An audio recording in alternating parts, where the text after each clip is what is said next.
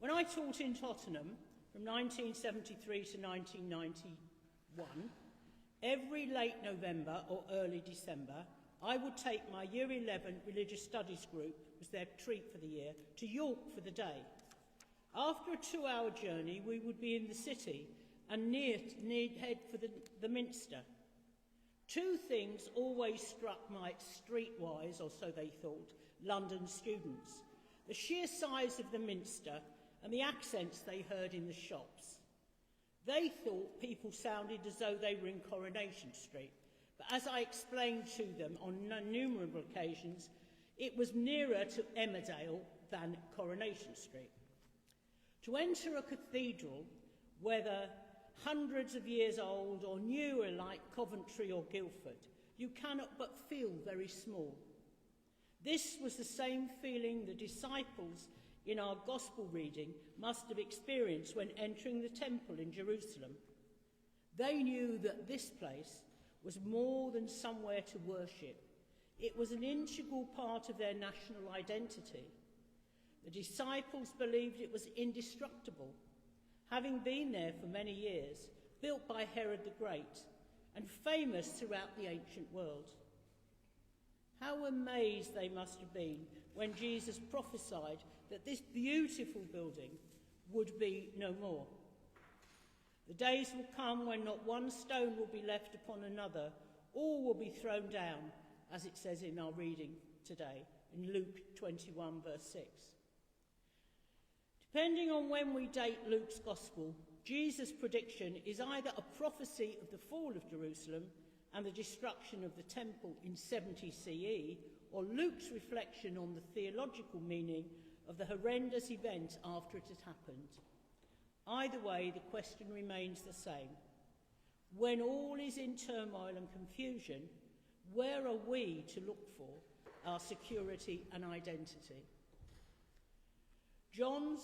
Jesus' words about the temple that they venerated made clear the fact that ultimately it was the wrong source of identity and security.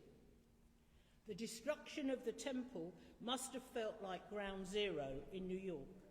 I'm sure that regular worshippers to the temple would now have to ask themselves, where are we now going to find a sense of security and identity? Jesus' response to his disciples' questions concerning the timing of the destruction of the temple gives us an insight into how we can approach the question of our own security and identity.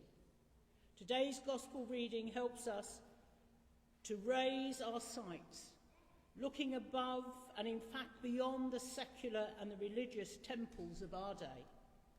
We have to face the backdrop of national and international conflict, the destruction of our environment, betrayal between relatives and friends, violence, and for many around the world, persecution. Jesus told his disciples, and each one of us in turn, to stand firm, not always easy to do. Jesus promises each of us his presence, the inspiration and support of his Spirit, which means his followers can speak his wisdom in both word and action. Jesus urged and urges each one of us to shift our perspective. Whilst his disciples are anxious about Jesus' prophecies, he tells them, not a hair of your head will perish, in verse 18. We live in alarming and quite honestly fearful times. We want to say, how am I supposed to avoid fear and alarm? Realistically, many have to face dangers on a daily basis because of warfare, famine, drought, flood, or trying to make ends meet on a daily basis. Our gospel reading encourages each one of us to put our trust in Jesus. With Christ on our side, we will find security and identity, for he never leaves us, even if we ignore him. Jesus is saying to each one of us, put all your trust in me. I will never let you down. Trust me. Amen.